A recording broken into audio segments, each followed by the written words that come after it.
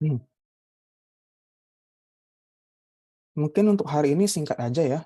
Mungkin nggak sampai satu jam. Soalnya kebetulan saya ada uji mahasiswa S3 gitu di kampus lain. Oke, long story short, ini kelas kita ya. Aduh, belum saya edit lagi kelasnya, lebih 202 tahun kemarin. Jadi kita akan belajar tentang business analytic ya. Jadi perkenalkan dulu, saya Rezi. Jadi saya namatkan S1 saya di Undip, terus kemudian lanjut di Malaysia S2, S3 saya di Taiwan gitu. Sebelum saya bergabung ke UI, saya kerja di Korea gitu ya. Mulai dari postdoc sampai assistant professor sampai sekarang.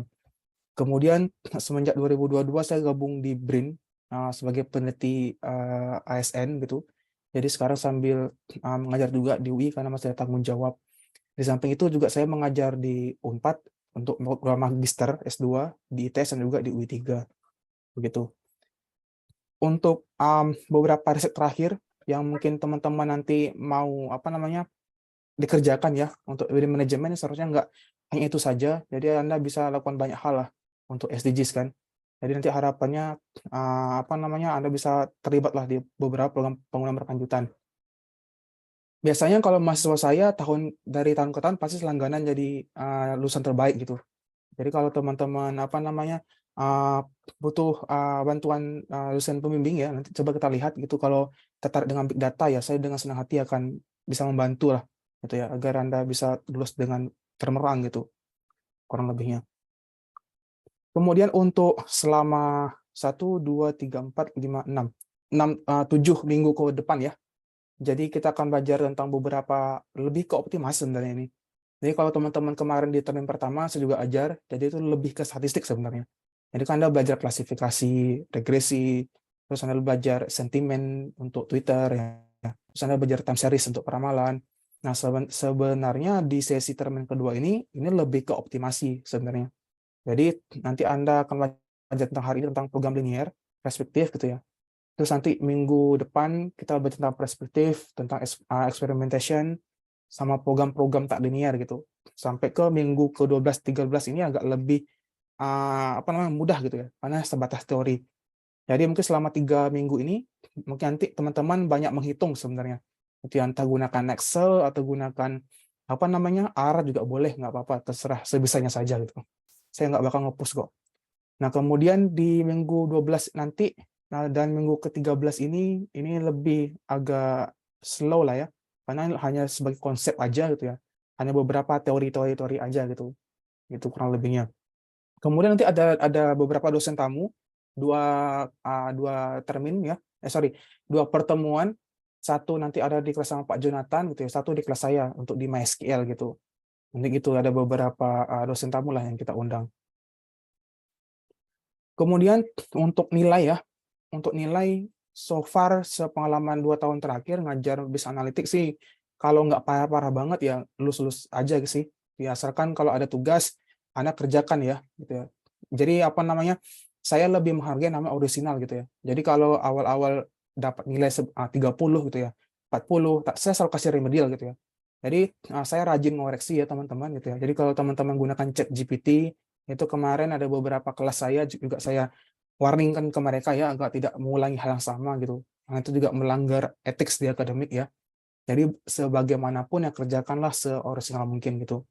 Jadi mungkin di kelas term pertama ya, kalau Anda udah dapat beberapa nilai di PCL, terus ada case analysis ya, ada kuis. Nanti di termin kedua ini nanti akan ada nilai di kuis ya. Untuk second half-nya ada final project gitu ya. Oh ya, final project kemarin Pak Arga minta bikin apa? Ada kan? Ada, Pak. Ada. Tentang apa? Nyari case, Pak. Nanti kita bedah secara konseptual, dibikin PowerPoint, terus juga buat video.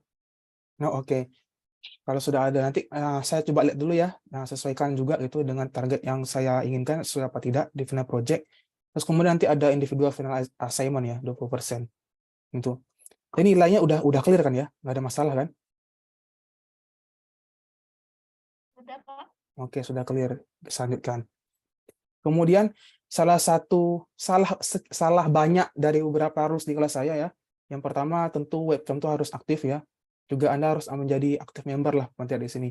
Karena kan tujuannya kita kan komunikasi kan dua arah ya gitu. Jadi saya harapnya saya nggak ngomong sendirian, tapi nanti Anda berikan feedback ya kalau saya bertanya gitu. Karena ada beberapa poin keaktifan lah gitu.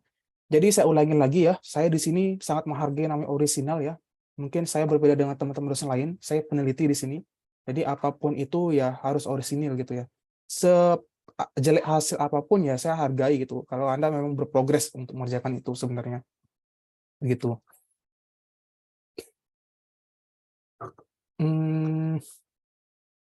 Ini nanti ya, nanti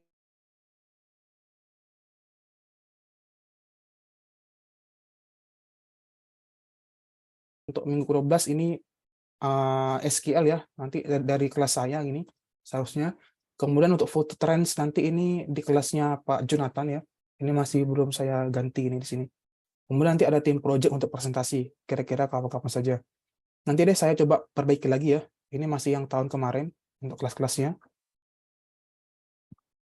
Oke, kita mulai dua paradigma ini ya.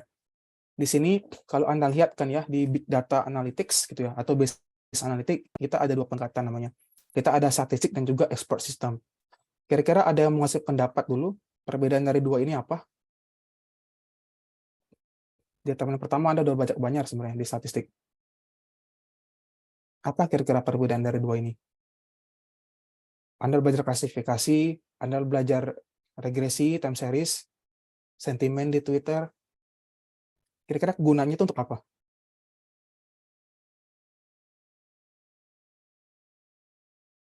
Nggak lupa kan? Baru beberapa minggu yang lalu ini. Kalau izin Pak, Silakan, siapa tuh? Mas Krisna ya? ya izin Pak. Kalau statistik ini lebih ke kita dapat insight kalau kita sudah lakukan perhitungan mau dengan regresi, time series dan berbagai metode lainnya. Yang intinya kita dapat insight suatu data dan itu digunakan sebagai bahan untuk decision making gitu Pak. Intinya Decision seperti itu. making. Oke. Expert system? Kalau untuk expert sistemnya ini saya kayaknya baru tahu di sini sih Pak. Oke. Mata kuliah RST belajar apa aja, teman-teman? Riset statistik terapan, apa sudah Anda pelajari di sana?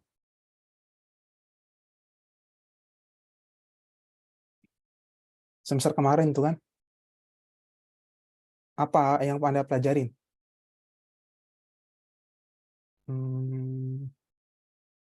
Mas Ahmad Heni, RST kemarin apa yang dipelajari, Mas?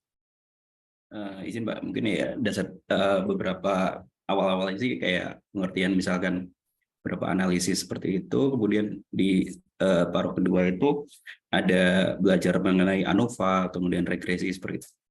Mungkin saya detail-detailnya agak lupa sih Pak, izin. Oke, nggak apa-apa. Ada yang mau nambahin? Ya, Mas izin menambah. Andi, silakan. Iya, untuk yang RST kemarin kita yang pertama itu belajar terkait dengan bagaimana mendesain research, Oke, penelitian exactly. seperti apa. Mm-mm. Terus habis itu yang kedua kita melakukan metode analisisnya. Kemarin kita belajar baik kualitatif analisis maupun kuantitatif analisis sih Mas, Oke, Pak Rezi. oke, terima kasih. Tadi udah beberapa dising sama Mas Andi ya.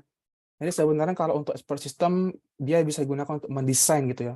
Jadi kan kalau statistik ini lebih ke data, kalau expert system lebih ke judgment dia. Karena kan kita bisa menghasilkan sebuah hasil gitu ya, atau result itu kan nggak hanya dari data, bisa dari pengalaman gitu ya. Itu juga sebenarnya ilmiah gitu untuk kita gunakan justifikasi. Nah, sama nanti di termin kedua ini, di bisnis analitik ini sebenarnya banyak ke expert system teman-teman, gitu ya. Ini kita akan pelajari lah lebih mudah lagi.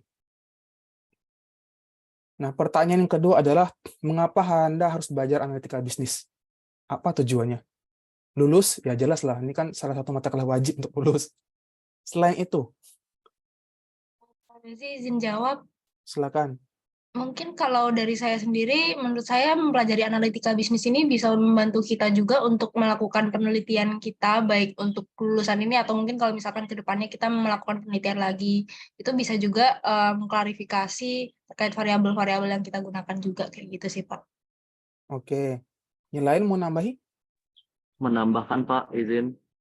Silakan Mas Ahriansyah. Mungkin untuk ini sih Pak, pengambilan keputusan sih Pak, kalau misalnya di suatu organisasi atau perusahaan ya Pak, dengan kita ngelakuin analitika bisnis ini, kita bisa ini sih, memilih problem solving yang paling berdasar lah mungkin, itu Pak.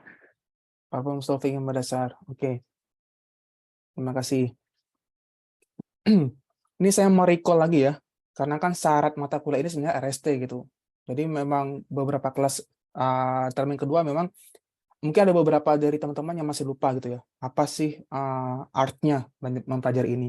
Sebenarnya begini, kalau Anda belajar RST kemarin itu kan seharusnya diajarkan sudah diajarkan tentang pengujian hipotesis kan ya. Itu kan juga bagian dari kemarin Anda belajar termin 1 gitu. Jadi kalau dari statistik kita ada namanya uji hipotesis teman-teman. Itu ya, karena kan untuk melihat apakah data itu sesuai dengan teori ataupun sebaliknya ya. Apakah teori itu masih relevan dengan data yang ada sekarang. Itu. Terus yang kedua, ini di termin pertama kemarin Anda belajar banyak ya tentang data mining atau penambangan data. Itu kan mengikuti pola data seperti apa ya. Misalnya nanti kalau Anda ada sekian banyak variabel, misalnya begini, nanti kan ada data X1, X2, terus ada Y gitu ya. Misalnya datanya misalnya 10, 20 gitu. Terus ini 12, 18. Nah, kalau Y-nya dia bersifat dikotomus gitu ya. Berarti kan ini yang Anda klasifikasikan kan ya. Atau kalau Anda gunakan regresi, Anda gunakan regresi logistik gitu. Tapi kalau Y-nya continue ya, misalnya 5.000 gitu, atau 10.000, nah ini Anda harus gunakan regresi berganda sebenarnya. Itu kan perbedaannya ya. Atau kalau Anda udah belajar kemarin dengan Pak Arga juga tentang cluster kan, berarti kan kita tidak perlu variable dependent. Kita hanya perlu variable XX-nya saja gitu. Nah, itu juga bagian dari penambangan data gitu ya. Kita mengikuti bagaimana pola data tadi. Itu. Nah, tujuan yang ketiga adalah, kalau teman-teman lihat di sini adalah intelligent business. Itu ada pelaporan yang efektif gitu ya. Makanya di slide keempat tadi, saya berikan ada perbedaan kan ya, statistik dan juga expert system. Karena di bagian business analytics ini nggak bisa bergerak sendirian. Jadi teman-teman nggak boleh hanya berpaku kepada core-nya statistik aja, olah data, tapi perlu namanya expert system. Gitu ya, namanya juga ada kata-kata bisnis kan ya. Nah, jadi kan perlu subject matters yang lain untuk membantu Anda mereasoningkan kira-kira analitiknya itu kayak gimana. Gitu. Makanya di poin ketiga ini saya bilang dia untuk pelaporan yang efektif gitu. Nah, yang keempat, di sini Anda akan belajar tentang operasi riset ya. Makanya tadi di silabus kedua tadi banyak menyinggung dengan tentang program linear, program tak linear, terus ada A or B testing, itu kita akan belajar minggu depan gitu. Jadi ada beberapa operasi-operasi riset yang nanti Anda bisa gunakan di termin kedua ini. Nah, kemudian yang termin kelima, analisis web ini, jadi bisa digunakan untuk interaksi teknologi. Nanti kita akan mempelajari juga ya di data privacy di minggu ke-6 atau ke-7 di termin kedua ini gitu. Terus yang ke-8 adalah tentu Anda sudah paham untuk bagaimana untuk membuat data visualisasi. Gitu ya. Seharusnya ini diajarkan di termin kemarin. Jadi kalau membuat laporan kan ya, membuat report nanti entah itu tesis, entah itu laporan apapun lah, kan manusia itu kalau Anda baca di beberapa riset psikologi kan 90% manusia itu mengetahui dengan apa yang mereka lihat sebenarnya. Tuh, jadi Anda bisa melatih kemampuan Anda untuk membuat grafik gitu. Jadi itu juga salah satu yang penting di sini. Nah, kemudian di sini kalau Anda lihat ya, di X-aksis sama Y-aksis ini, di sini ada kata kunci transaksi dan juga strategik gitu ya. Kita lihat bagaimana business impact-nya. Kemudian di akses ini kita lihat bagaimana tingkat kepentingannya ya, untuk engagement-nya, dari low ke high gitu. Nah, jadi kalau teman-teman kemarin sudah familiar ya tentang deskriptif, diagnostik gitu ya, ada perspektif, ada kognitif di business analytics. Nah, itu juga sebenarnya step by step sepertinya naik tangga gitu ya. Jadi semakin ke atas dia semakin penting untuk digunakan gitu ya. Kita mulai dari yang pertama di sini. Kalau teman-teman lihat ya, di sini ada kata kunci basic data services. Gitu. Di sini ada kata kunci data services integrated-nya. Nah, jadi seharusnya kemarin Anda sudah belajar tentang dashboard ya, entah itu di Excel ataupun beberapa report. Kalau di kelas saya ajarkan ini. untuk membuat report deskriptif tadi, beserta dengan membuat grafik-grafik itu saya ajarkan kemarin. Jadi seharusnya di bagian deskriptif ini udah nggak ada masalah lagi gitu. Jadi ketika ada data, kita bikin plot, apakah dia cocok untuk scatter plot, apakah dia cocok untuk bar plot, gitu ya, apakah dia cocok untuk dibikin time series plot, itu kan bergantung dengan bagaimana data Anda gitu ya. Nah, tujuannya apa? Tujuannya tentu, ini ada kata kunci operational insight. Jadi kan makanya di tahapan dasar Anda sebelum membuat riset kan kita lihat dulu datanya seperti apa ya. Apakah datanya ada outlier? Apakah datanya ada data yang kosong apa tidak gitu ya. Nah, jadi kalau nanti datanya mungkin tidak bersih, ya Anda harus bersihkan dulu. Nah, jadi ini adalah tingkatan pertama di bagian business analytic ya. Jadi adalah deskriptif tadi itu sendiri. Nah, kemudian yang kedua, di sini di poin B, kalau teman-teman lihat ya, ada kata kunci adalah value added data services gitu ya. Nah, jadi di sini Anda udah belajar kemarin di text mining ya. Jadi kalau data itu nggak hanya data angka, tapi juga dalam bentuk teks ya. Jadi kita bisa lihat bagaimana sentimen di kata-kata tadi. Untuk melihat bagaimana emosinya ya, entah dia anger, entah dia joy, entah dia surprise gitu ya. Atau disgust gitu, dan seterusnya. Jadi kita bisa melihat nanti di added services tadi untuk melihat bagaimana hubungan interaksi yang kita gunakan.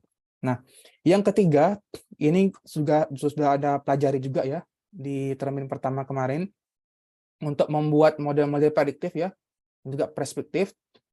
Jadi kemarin juga ada kelas tamu kan dari kolega saya yang di UK itu, yang Anda sudah belajar tentang membuat model time series ya, ETS gitu, exponential time series smoothing. Kemudian juga customer insight Anda udah belajar di clustering gitu ya. Karena kalau di beberapa riset-riset di marketing, customer insight itu kita bisa digunakan untuk branding gitu ya, untuk di cluster atau segmentasi gitu. Nah, jadi seharusnya di sini juga Anda sudah mempelajari itu juga. Nah, juga kemudian di sini juga bagian dari text mining ya, predictive model atau NLP, atau disebut juga natural language processing ya, NLP ini. Nah, jadi untuk melihat bagaimana sentimen-sentimennya ya, entah sentimen di Twitter atau sentimen di buku gitu ya. Jadi kita bisa melihat bagaimana style dari author itu menulis gitu. Nah, jadi juga menarik digunakan.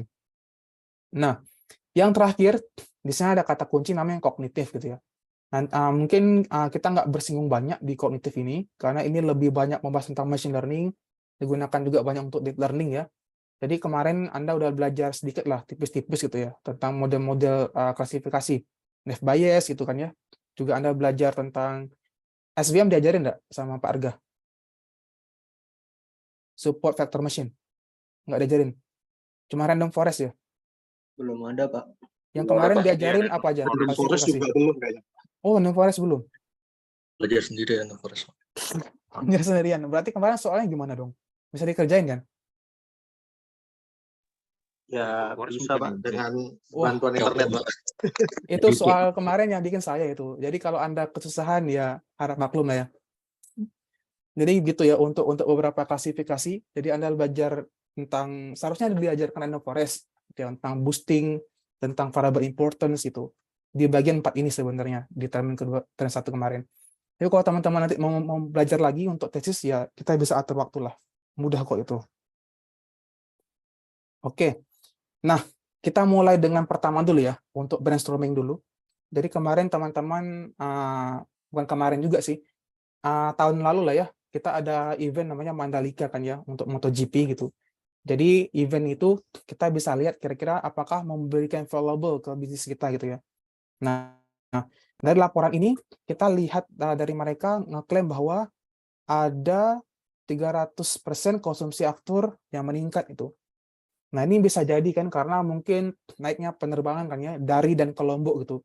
Entah dari pesawat domestik datang ke Lombok ataupun dari luar negeri datang ke Lombok. Jadi kan itu bisa jadi dampak ekonomi ya. Kemudian mereka mengklaim juga kira-kira ada sekitar 50.000 lapangan pekerjaan baru yang hadir ya sejak MotoGP itu.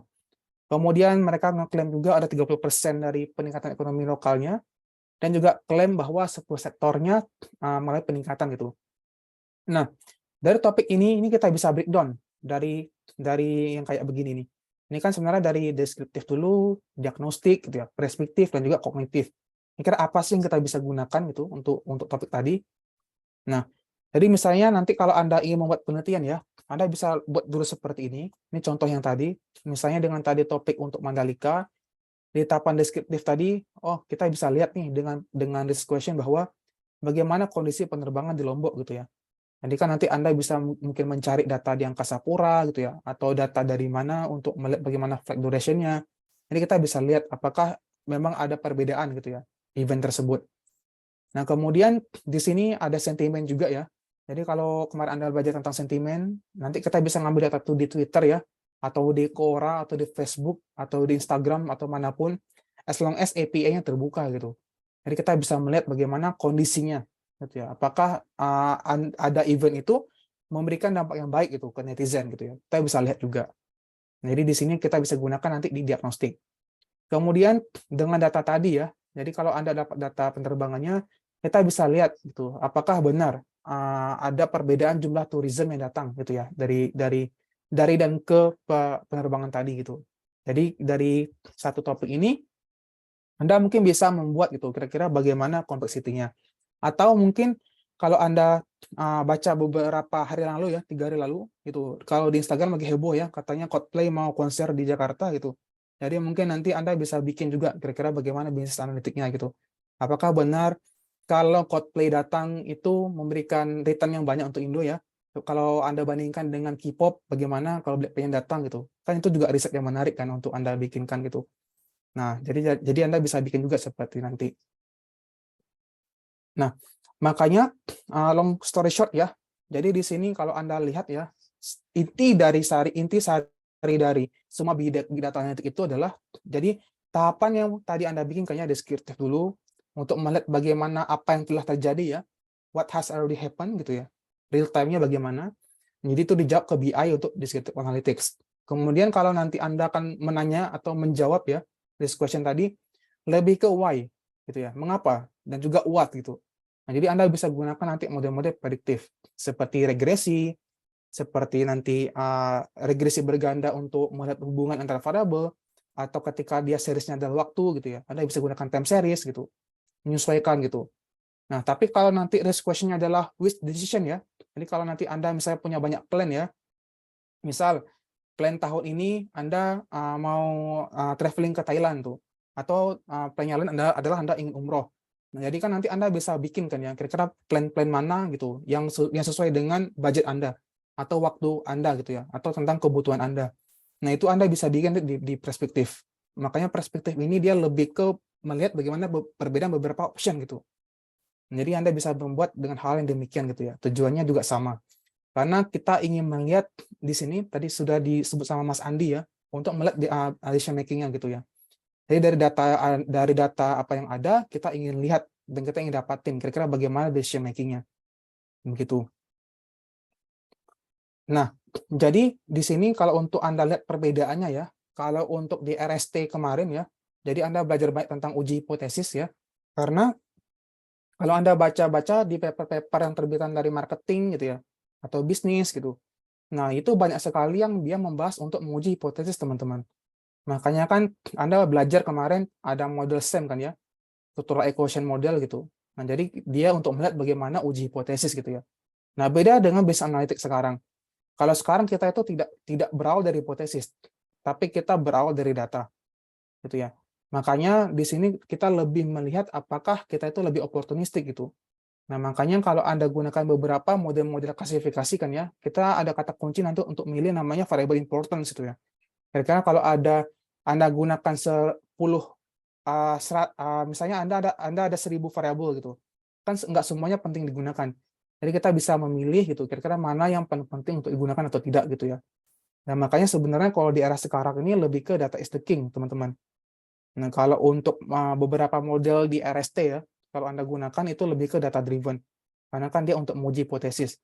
Misalnya kalau teman-teman di sini mau bikin riset untuk membuat persepsi gitu ya.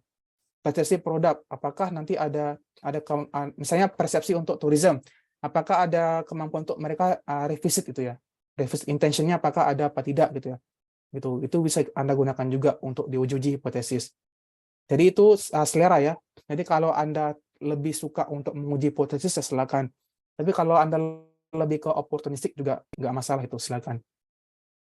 Sampai sini ada pertanyaan dulu? Pak Rezi izin Pak. Silakan Mas. Ya Pak. Kemarin itu waktu Pak sama Pak Arga awal-awal pertemuan itu kita diajari untuk melakukan dimension reduction ya Pak ya. Oh iya Tadi kan benar. Pak Rezi bilang bahwa kalau misalkan ada banyak variabel, 1000 variabel gitu, kita lakukan, nggak semua variabel kita ambil. Nah itu kriterianya apa sih Pak Rezi? Data yang perlu dilakukan dimension reduction itu? Saya kemarin juga belum sempat tanya sama Pak Arga soalnya. Oke.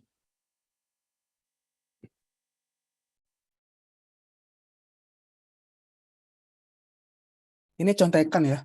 Jadi saya rajin banget beli contekan untuk mahasiswa saya sebenarnya. Gini. Teman-teman datanya nanti kan mungkin seperti ini ya. Kalau dimension reduction yang Mas maksud itu dia cluster. Jadi kan ketika nanti kita ada berapa banyak variabel, misalnya X1, X2, X3 gitu. Tapi kalau nanti dia ada 2 variabel independen sama 1 variabel dependen yang dia kategorik, ini klasifikasi. Nah, pertanyaannya adalah untuk melakukan reduksi dimensi ya. Misal seperti ini. Anggaplah ini ada variabel 1, 2, 3, 4, 5, 6, 7 gitu ya. Nah, enggak semua variabel ini penting digunakan. Jadi kita bisa gunakan namanya filter selection. Atau kita memilih gitu, kira-kira mana variabel yang penting apa tidak. Nah, jadi kalau untuk tadi pertanyaan adalah bagaimana caranya, ini ada beberapa model yang Anda bisa gunakan. Jadi yang pertama Anda bisa gunakan chi-square gitu ya. Di sini Anda bisa gunakan chi-square, Anda bisa gunakan uji Fisher gitu ya. Sorry. Terus seharusnya kemarin di tahun pertama Anda diajarkan ini. Kalau saya ajarkan ini 4 ini ada di silabus. Jadi diajarkan untuk filter elimination, recursive untuk di random forest gitu ya. Di sini ini bagiannya juga recursive. Terus ada model boosting dan juga ada model Boruta. Nah, jadi ini untuk salah sekian model yang kita bisa gunakan atau kita pilih gitu. Kira-kira mana yang sekiranya variabel itu penting digunakan gitu ya. Karena nggak semua penting. Nah, caranya bagaimana? Di sini teman-teman kemarin kan ada beberapa pengujian ya. Nah, Anda bisa gunakan. Nanti Anda bisa gunakan nanti melihat dulu bagaimana F1 score-nya ya. Kesalahan klasifikasinya. Terus nanti Anda bisa dapat dulu nanti nilai log loss-nya bagaimana, cross entropinya bagaimana. Saya ada kategori cross entropy juga EAOC ataupun erosi gitu. Jadi itu kriteria-kriterianya gitu ya. Nah, jadi kalau dimensi reduction itu tergantungnya adalah apakah dia untuk klasifikasi ya, karena kan dia untuk menghapus variabel atau dia untuk menghapus cluster gitu ketika dia variabelnya independennya semua gitu. Kalau cluster nanti misal seperti ini. Nanti Anda akan terbentuk beberapa cluster. Kan ini juga namanya reduksi dimensi ya. Jadi misalnya cluster A ada sekian banyak observasi, cluster B sekian banyak observasi, sama cluster C sekian banyak observasi. Nah, ini juga bagian dari reduksi dimensi sebenarnya. Jadi tergantung dulu datanya itu dalam bentuk apa. Apakah dia ada variabel dependen? Kalau ada ya berarti klasifikasi. Kalau dia nggak ada ya berarti Anda gunakan untuk cluster. Begitu kurang lebihnya, Mas. Clear? Oke, terima kasih Pak. Oke. Yang lain pertanyaan dulu? Nanti kalau mau cheat sheet ini boleh-boleh aja ya. Kemarin juga ada cheat sheet untuk data visualisasi untuk kelas saya juga boleh kalau Anda mau. Bentar, ada nggak ya filenya di sini? Ada pertanyaan dulu yang lain? Sambil saya coba cari materinya. Oke, ini dia.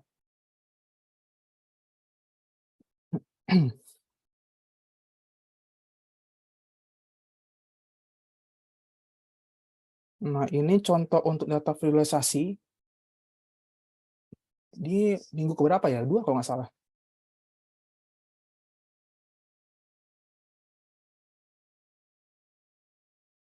Ini contoh-contohnya aja ya.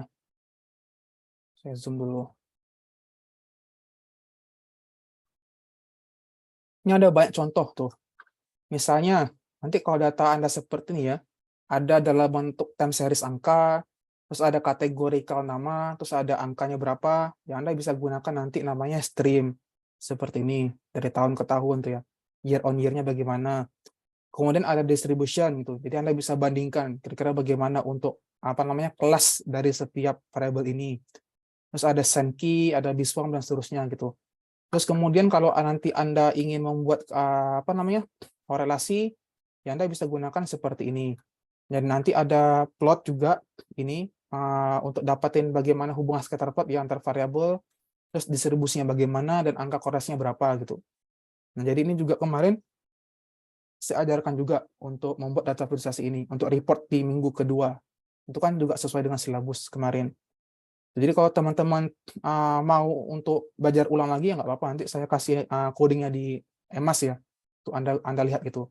Jadi nanti ini ada 2 cheat sheet ya, cheat sheet untuk data visualisasi sama cheat sheet tadi untuk membangun model data science itu ya. Dari nanti Anda gunakan ini untuk klasifikasi, terus di sini untuk termin kedua ya, lebih lihat bagaimana optimisasi gitu ya. Jadi kalau Anda ingin gunakan untuk peramalan juga bisa. Bagaimana panduan-panduannya itu seperti ini. Tuh, nanti bisa Anda lihat lah ya. Itu dulu, saya lanjutkan dulu.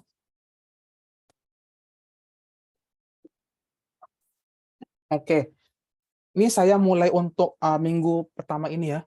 Jadi di sini sesuai dengan silabus ya, di minggu ke-8 ini nanti akan ada banyak belajar tentang optimasi atau program linear ya. Jadi kalau dengan yang ada di silabus itu bukunya nggak up to date teman-teman. Jadi saya ada buku sendiri yang saya gunakan untuk mengajar ini. Jadi udah saya upload di Emas ya. Jadi Anda bisa mempelajari gitu. Itu bagus bukunya untuk Anda gunakan. Nah, intinya seperti ini. Jadi kalau teman-teman lihat di sebelah kanan ini ya, ini ada beberapa optimasi ya. Jadi optimasi ini adalah salah satu cabang di pemodelan ya, di matematik yang banyak digunakan untuk perencanaan dan pengambilan keputusan yang relatif terhadap alokasi sumber daya gitu ya. Nah, maksudnya adalah karena tadi di termin pertama itu kita lebih banyak gunakan statistik, di termin kedua ini lebih gunakan untuk optimasi sebenarnya. Jadi ketika ada plan A atau plan B, kira-kira mana yang terbaik ya? Gitu. Apakah Anda bisa gunakan plan B yang terbaik atau mungkin ada plan C yang lain sebagai alternatif gitu. Nah, makanya kalau untuk optimasi ini banyak sekali turunannya ya, dari iteratif model yang paling gampang, terus juga ada life cycle-nya, ini untuk manajemen strategik gitu ya, untuk komponen cost, operation cost gitu, ini untuk manajemen strategik. Kemudian ada graphic construction gitu ya, ini juga cukup menarik juga, nanti kita belajar di minggu kedua atau minggu ketiga ya, untuk grafik ini. Terus kemudian yang ketiga ini menggunakan model-model AI gitu ya. Nanti kalau sempat juga saya akan singgung ini kalau Anda ingin menggunakan. Nah, intinya adalah dari program linear ini kita akan mendapatkan alternatif tadi untuk pemecahan masalahnya seperti apa gitu ya, secara matematisnya. Nah, contohnya seperti ini. Jadi kalau untuk salah satu program linear ya, jadi kan salah satu tujuan regresi adalah kita membuat garis regresi gitu ya, atau garis linear seperti ini teman-teman. Jadi kan ini tujuannya ya, ini tujuannya. Jadi kita membuat garis linear. Nah makanya yang jadi concern adalah ketika Anda punya data ya, anggaplah data Anda ya, yang bulat ini sama persegi ini. Nah semakin jauh dia jaraknya ke titik pusat ini, berarti dia semakin besar errornya gitu. Nah, jadi yang kita inginkan adalah ketika Anda bikin fungsi regresi ya, kita ingin dia dekat seperti ini. Dan kita ingin dia dekat ya. Berarti paling dekat yang ini nih. Nah, berarti semakin dekat dia semakin kecil residualnya. Atau dia semakin kecil errornya. Nah, makanya jangan salah ya, kalau saya kalau Anda gunakan di RST, itu data itu nggak normal nggak apa-apa teman-teman. Yang normal itu adalah residualnya. Jadi jangan salah ya. Jadi kalau Anda belajar RST kemarin gitu ya, kalau Anda bangun model regresi berganda, kalau ada uji normalnya, data berdistribusi normal. Salah, data itu nggak harus berdistribusi normal. Yang harus berdistribusi normal ada residualnya atau errornya gitu ya. Jadi jangan keliru lagi. Soalnya kebiasaan kalau saya nguji untuk S2 ataupun S3, pasti banyak yang keliru gitu, masih keliru. Yang data itu nggak berdistribusi normal nggak apa-apa. Yang penting ada residualnya gitu.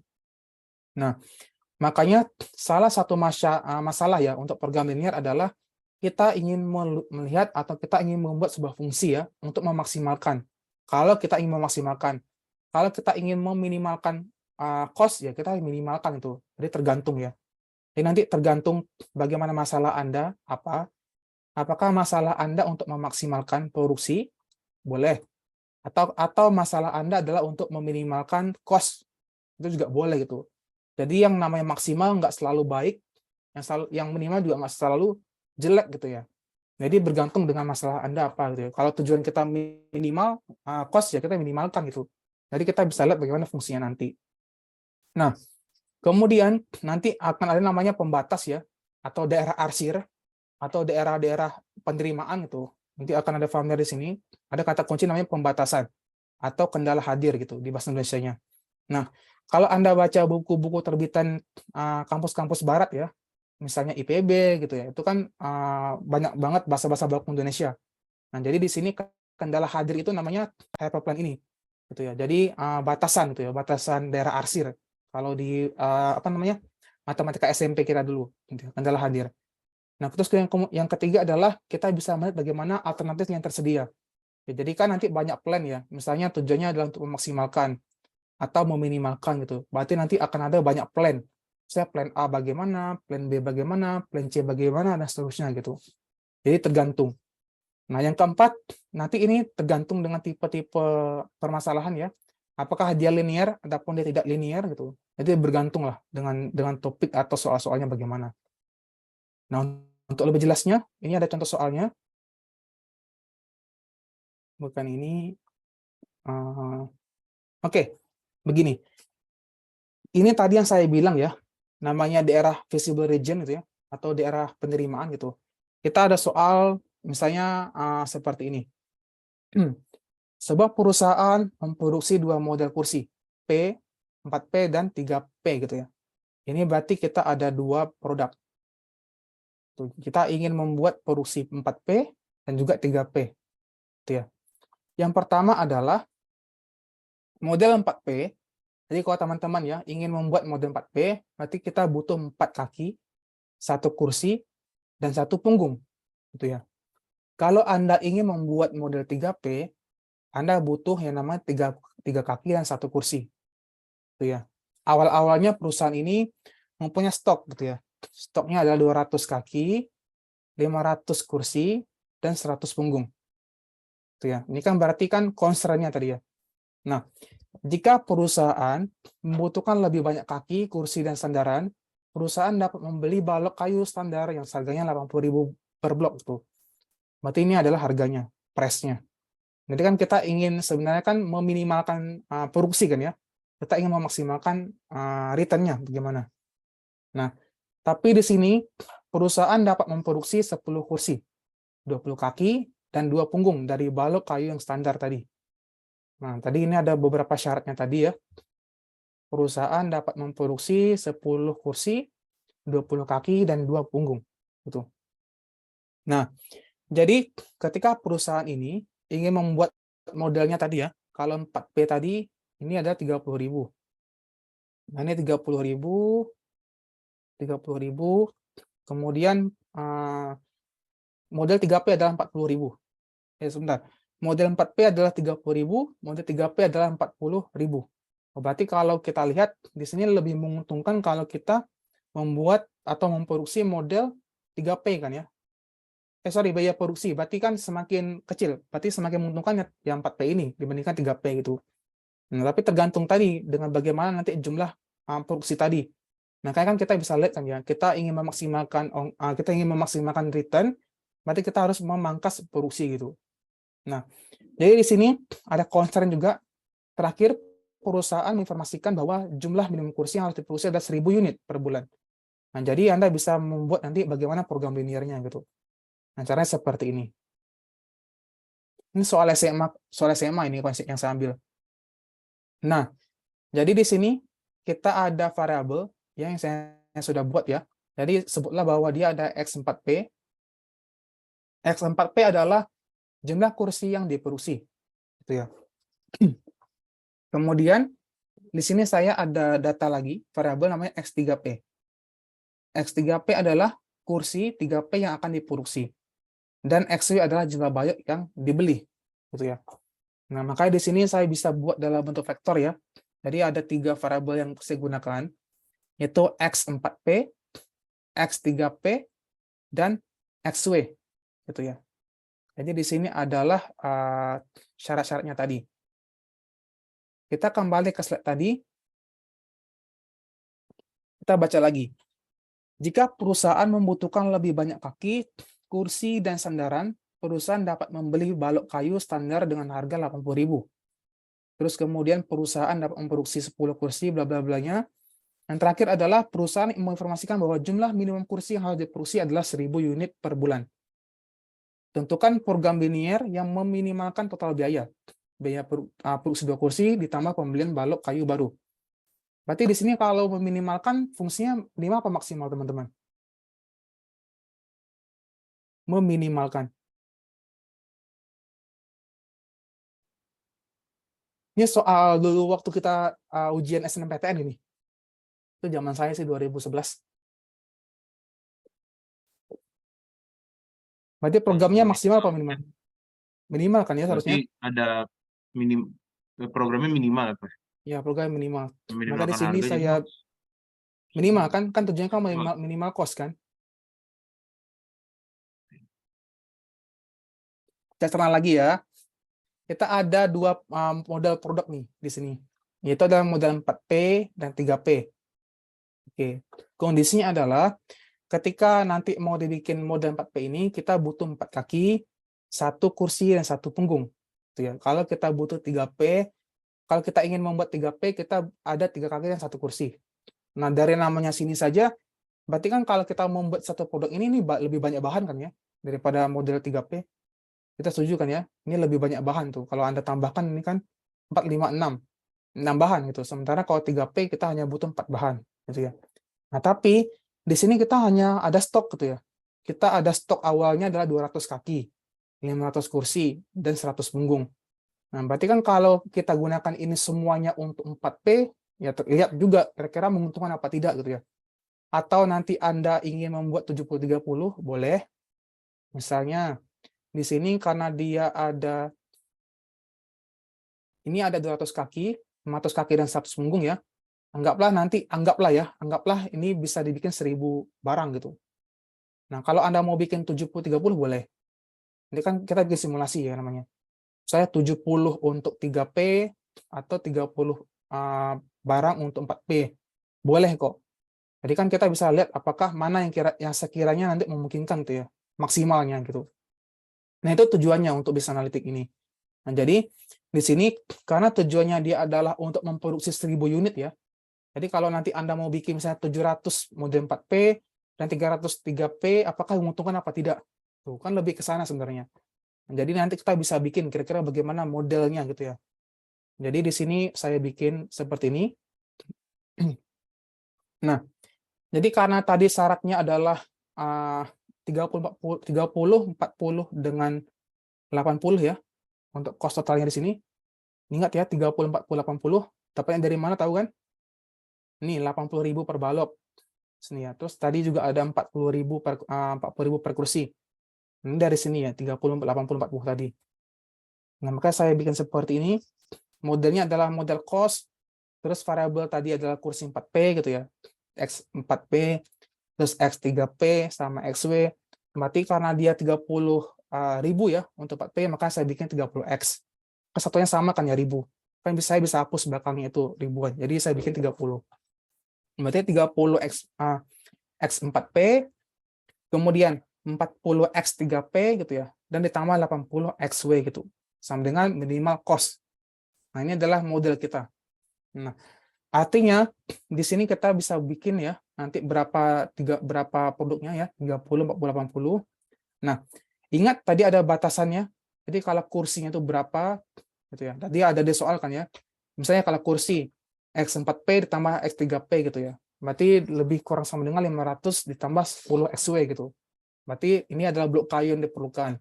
Berarti kalau kaki tadi, ini butuh namanya blok kayu sebesar 20 buah gitu ya. Nah, kalau untuk bagian belakang, pundak yang belakang tadi, dia butuh di sini ada 2 balok yang digunakan gitu. Jadi ini adalah batasan-batasannya. Nah, kemudian di sini kita bisa bikin daerah yang namanya jumlah minimum kursi yang diproduksi. Nah, tadi kan syaratnya adalah minimumnya kan 1.000 ya. Nah, berarti kalau minimum, ya berarti kan nilainya adalah dari besar sama dengan. Nah, kalau maksimum, berarti nilainya adalah misalnya maksimum 500. Berarti kan Anda bikin tanda seperti ini kan ya. Kurang lebih besar sama dengan tuh 500. Kalau soalnya nanti dibilang bahwa maksimal gitu. Ini kan minimum dia, minimum. Makanya kan dia lebih besar sama dengan 1000.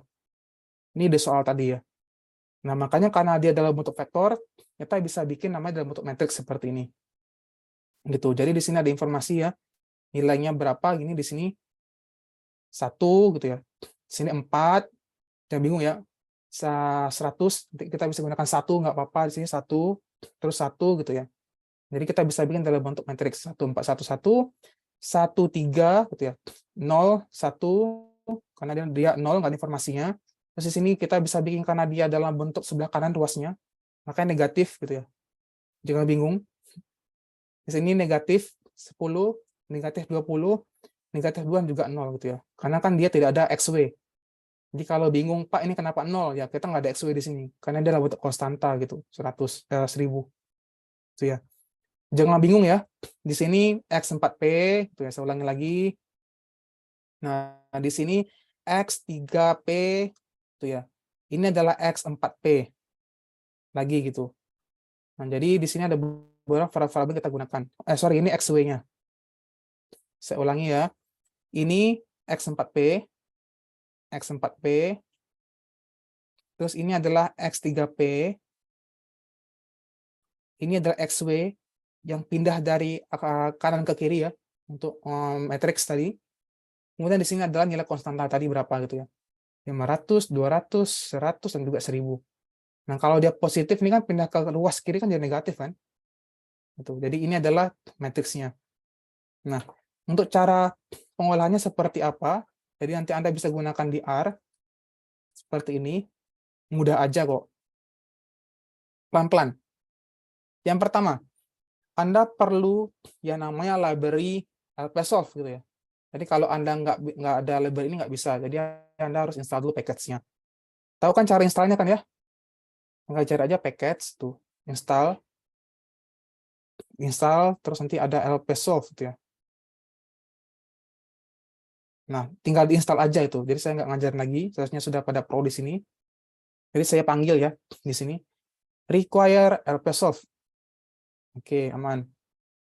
Nah, tahapan pertama kita harus tahu dulu nilai koefisiennya tadi. Ini kan ada di soal ya. Ini saya minimas deh, biar Anda bisa lihat.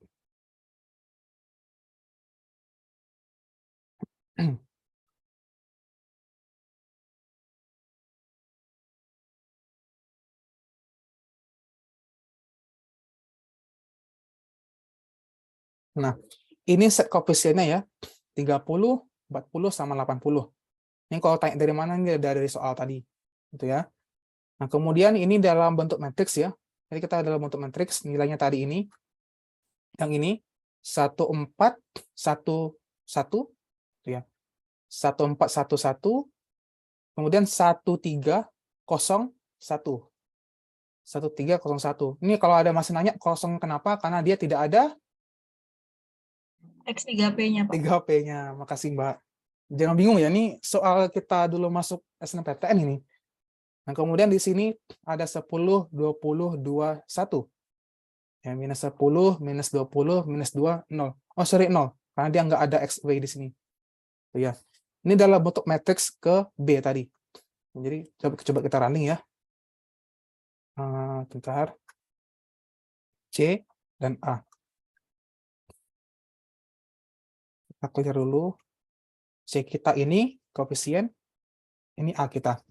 Nah, ingat nanti di sini tergantung bagaimana constraint-nya ya.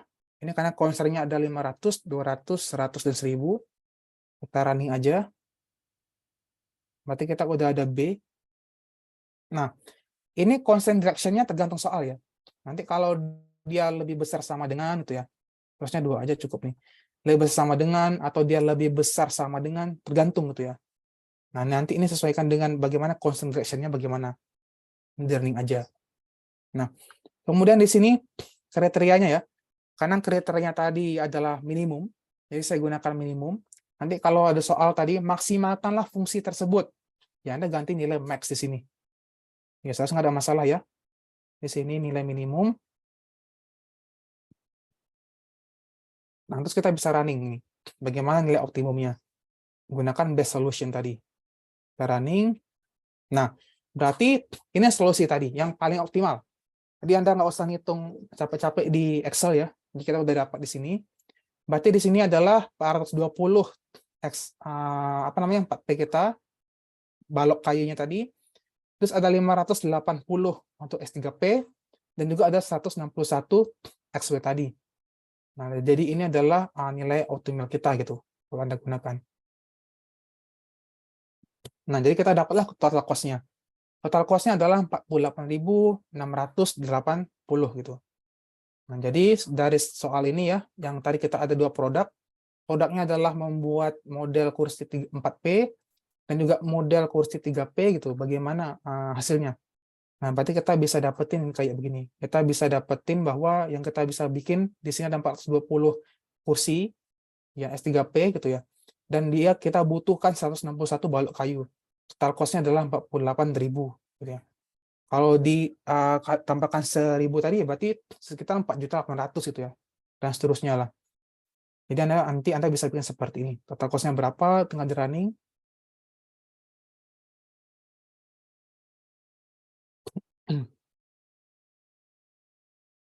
Ini apa namanya alternatif lain ya.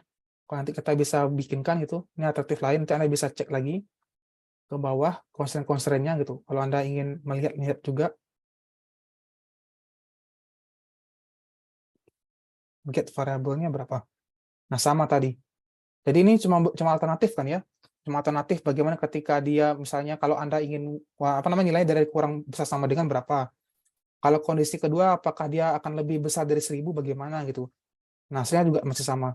Jadi kita masih bisa dapat bahwa 420 kursi untuk 4P, kita juga ada 580 untuk 3P, dan juga kita butuh namanya 161 balok kayu untuk kita gunakan gitu.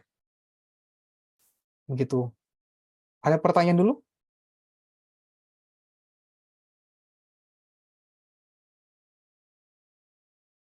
Jadi coding cuma yang ini ya. Dan nanti Anda bisa sesuaikan gitu.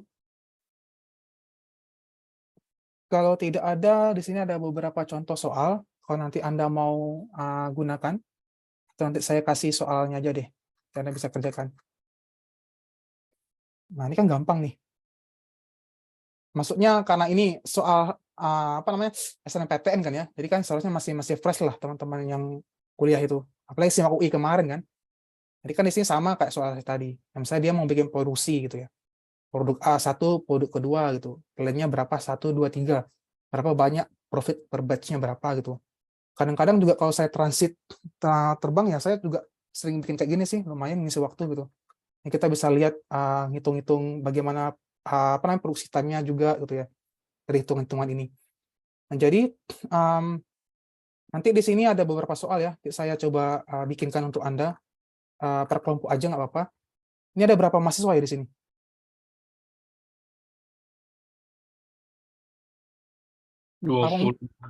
Apa mau pakai kelompok kemarin aja? Kemarin berapa orang satu kelompok?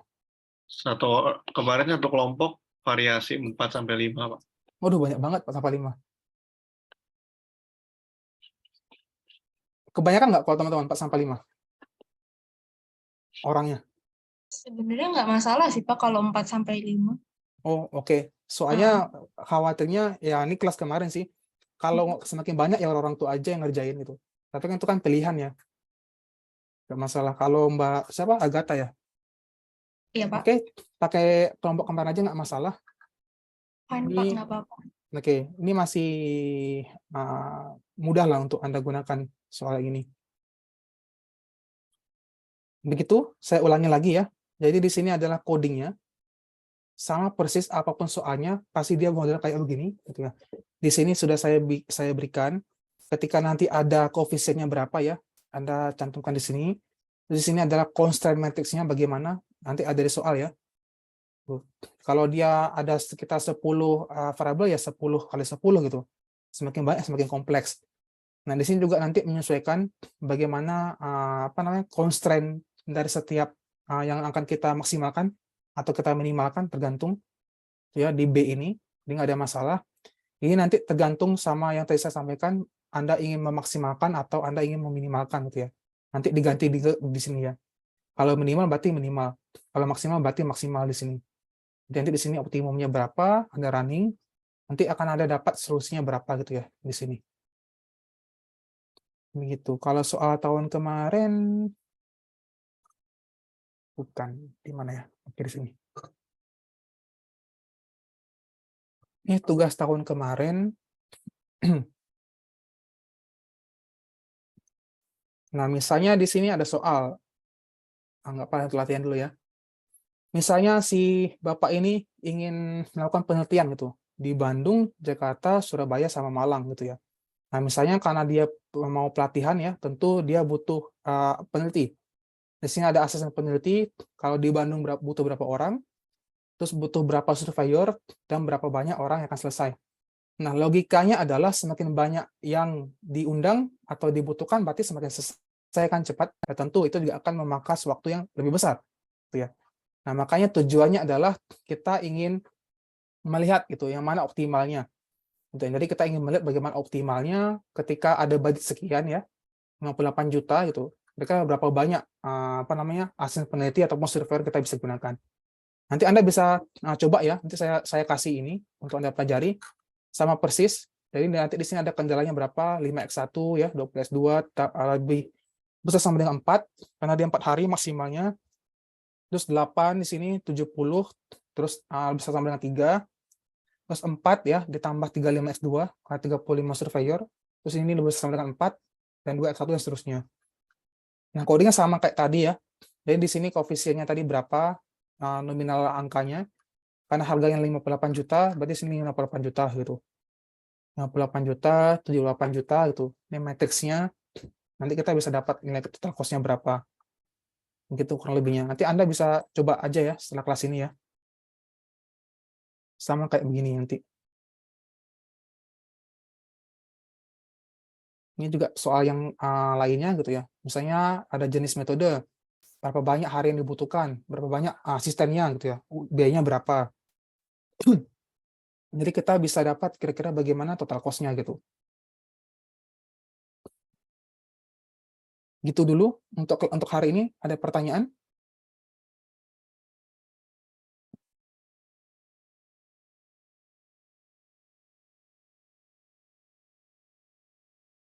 Terusnya nggak ada ya, karena ini masih mudah, cuman 60-an line ini, kalau ini dihapus. Jadi di sini package-nya ada Applesoft, nanti Anda dapat nilai koefisiennya, terus dapat matriksnya dulu di soal, bergantung. Ini kalau nanti barisnya 4, berarti nimanya 4 ya, jangan salah di sini. Nah, karena dia terbaca dalam bentuk baris. Terus di sini juga constraint-nya, nanti Anda sesuaikan dengan soal. Ini juga Anda lihat apakah dia minimum ataupun dia maksimal, nanti Anda ganti. Itu nanti Anda akan dapat gitu optimalnya bagaimana. Oke, itu dulu. Sudah jam 2. Ada pertanyaan?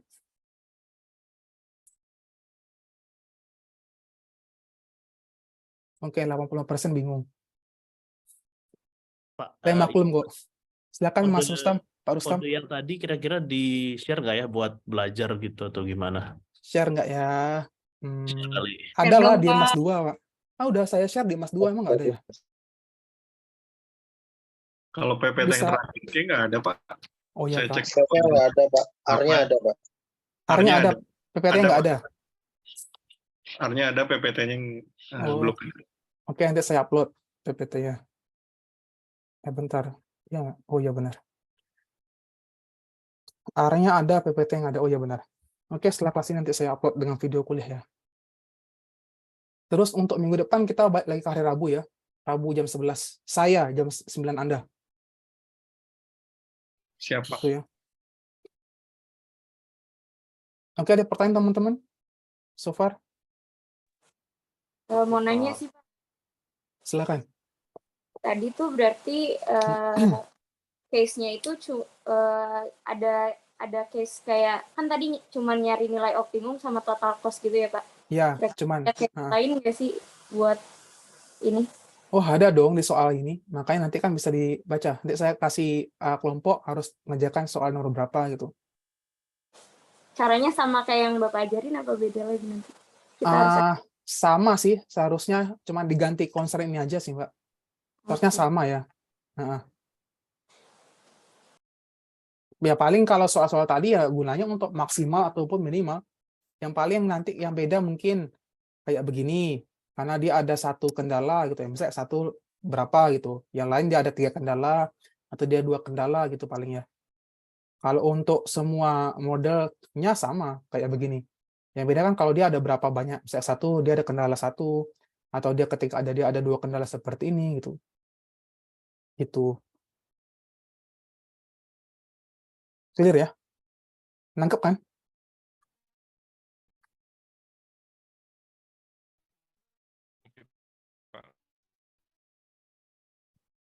Oke, ada pertanyaan lain?